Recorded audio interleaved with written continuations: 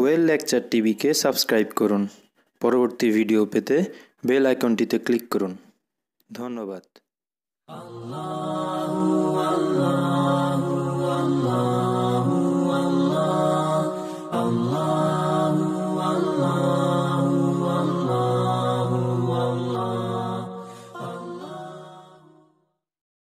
السلام عليكم ورحمة الله وبركاته نحمده ونصلي على رسوله الكريم أما بعد فأعوذ بالله من الشيطان الرجيم بسم الله الرحمن الرحيم يا أيها الذين آمنوا لا تأكلوا أموالكم بينكم بالباطل صدق الله العظيم দূরের ও কাছের দেশের ও প্রবাসের যে যেখান থেকে আমাদেরকে শুনছেন সকলকে জানাই আন্তরিক মোবারকবাদ ও শুভেচ্ছা।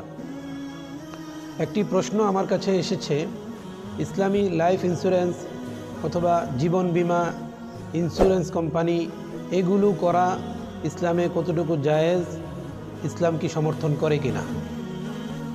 আলহামদুলিল্লাহ, অত্যন্ত উপকারী ও গুরুত্বপূর্ণ একটি প্রশ্ন। এর জবাব আমরা কোরআনের আলোকে, হাদিসের আলোকে দেওয়ার চেষ্টা করব ইনশাআল্লাহ।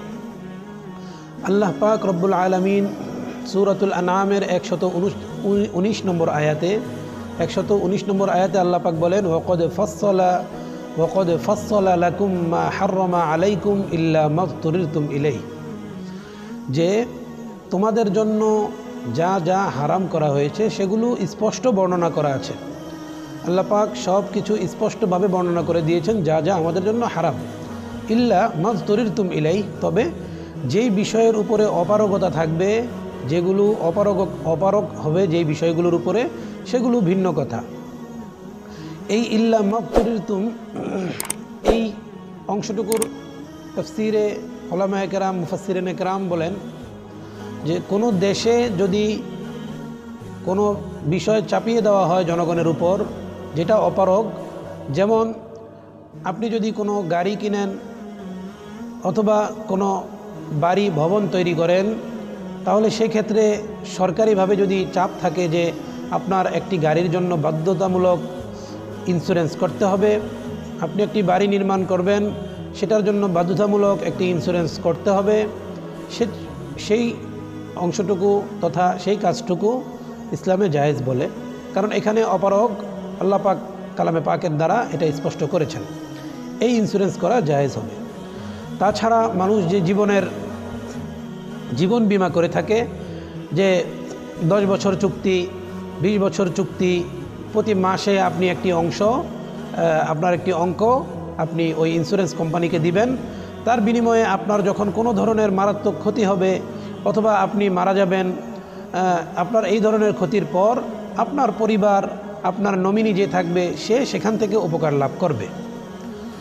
তো এই ক্ষেত্রে আপনি প্রতি মাসে 1000, 10,000, 5,000 যাই জমা করতেন, ধরেন উদাহরণস্বরূপ আপনার জমা হয়েছে 10,000 টাকা, কিন্তু আপনার কোনো অঙ্গহানি হওয়ার পর অথবা আপনি মৃত্যুবরণ করার পর আপনার নমিনি বা আপনার পরিবার সেখান থেকে পেল 1 লক্ষ টাকা।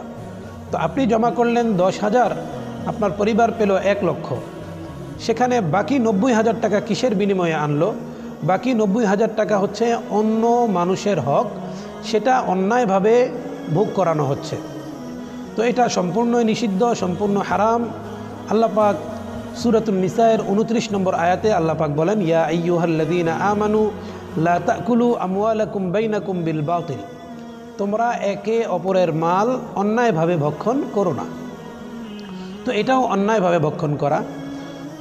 তার বিনিময়ে আল্লাহ পাক কখনো এটাকে হালাল করেননি, কারণ মানুষের মাল অন্যায়ভাবে ভক্ষণ করা, এটার ব্যাপারে কোরআনের মধ্যে যেমনিভাবে হুঁশিয়ারি আছে, হাদিস পাকের মধ্যে রাসূল পাক সাল্লাল্লাহু আলাইহি ওয়াসাল্লাম এরকম হুঁশিয়ারি দিয়েছেন।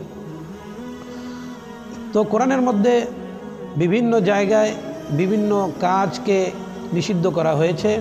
এর মধ্যে মদ খাওয়া, জুয়া খেলা, তারপর মূর্তি পূজা এবং বিভিন্ন ধরনের খেলা, এগুলোকে নিষিদ্ধ করা হয়েছে। যেমন অন্য এক আয়াতে আল্লাহ পাক বলেন, ইন্নামাল খামরু ওয়াল মাইসিরু ওয়াল আনসাবু ওয়াল আজলামু রিজসুম মিন আমালিশ শাইতান। তো এই যে আমরা একে অপরের মাল ভক্ষণ করি, ইন্স্যুরেন্সের মাধ্যমে হোক, যেভাবেই হোক, এটাকে জুয়ার মধ্যে ফেলা হয় আর কি। তো জুয়া যেমনিভাবে হারাম, এই ইন্স্যুরেন্সের টাকা ইন্স্যুরেন্সের মধ্যে অ্যাকাউন্ট করে নিজে লাভবান হওয়া, এটাও সম্পূর্ণ হারাম। আপনি প্রতি মাসে একটি অঙ্ক ইন্স্যুরেন্সের মধ্যে জমা করছেন, ঠিক আছে, সেখান থেকে আপনি কোনো উপকার লাভ করতে পারতেছেন না। যারা আপনার টাকাটা নিচ্ছে তারা কিন্তু সেখান থেকে অনেক কিছুই করে ফেলতেছে। এটা তারা মানুষের মাল অন্যায়ভাবে ভক্ষণ করছে। সাথে সাথে আপনি যখন একটি মোটা অঙ্ক সেখান থেকে পেলেন, সেখানে আপনার যতটুকু অংশ তার চেয়ে অনেক বেশি আপনি ভোগ করলেন, সেই অংশটুকুর মধ্যে মানুষের হক রয়েছে, এজন্য সেটাও সম্পূর্ণ হারাম।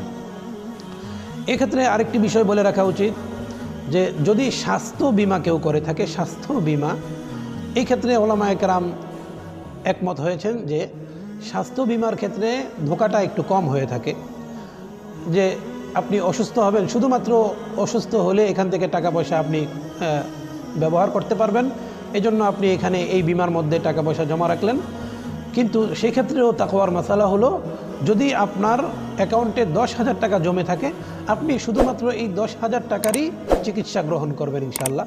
এটা দ্বারা কোনো ধরনের সমস্যা নেই, এটা ইসলামে সম্পূর্ণ হালাল।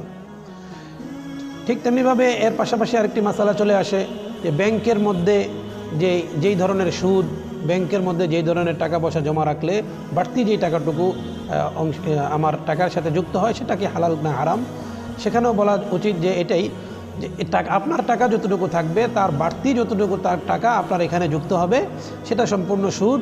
এই টাকাটুকু আমরা খাবো না। সুদটা আমরা ব্যাংকে না রেখে উঠিয়ে নিয়ে আসব, তবে এই সুদের টাকাটা আমরা নিজেরা না খেয়ে গরিব মিসকিনদের মাঝে সওয়াবের নিয়ত ব্যতীত দান করে দিব। তার দ্বারা আল্লাহ পাক আমাদেরকে একটি ভালো কাজের করার মাধ্যমে বা একটি ভালো কাজ করার কারণে আল্লাহ তাআলা হয়তোবা আমাদেরকে নেকি দিতেও পারেন।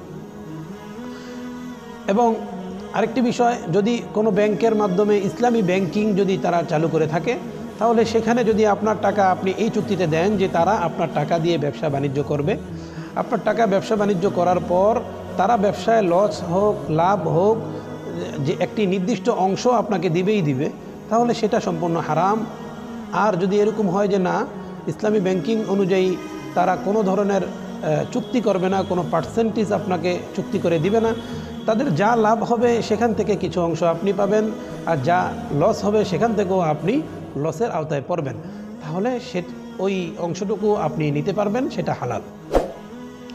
তো সর্বোপরি কথার দ্বারা এতটুকুই বুঝে আসলো যে ইসলামী লাইফ ইন্স্যুরেন্স বলতে শুধুমাত্র ইসলামী দৃষ্টিকোণ থেকে স্বাস্থ্যসম্মত কোনো ধরনের আপনার স্বাস্থ্যের জন্য আপনি অসুস্থ হবেন, তার বিনিময়ে আপনি চিকিৎসার জন্য টাকা পয়সা গ্রহণ করবেন, উপকার লাভ করবেন, এতটুকু জায়েজ। এছাড়া কোনো ধরনের লাইফ ইন্স্যুরেন্স জায়েজ নেই। তবে যদি সরকারি কোনো ধরনের বাধ্যবাধকতা থাকে, সেটা ভিন্ন কথা। আল্লাহ পাক আমাদেরকে সঠিক দিন বুঝার ও আমল করার তৌফিক দান করুন। ওয়া আখিরু দাওয়ানা আনিল হামদুলিল্লাহি রাব্বিল আলামিন। আসসালামু আলাইকুম ওয়া রাহমাতুল্লাহি ওয়া বারাকাতুহু।